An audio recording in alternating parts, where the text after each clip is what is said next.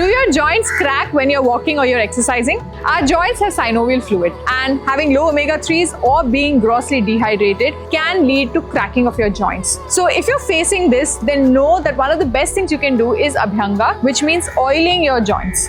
Apart from actually supplementing with omega-3 rich foods and making sure that you're able to recover well. Only then there's enough blood flow to allow for your body to recover properly and reduce the cracking. Did you know this? Tell me in the comments.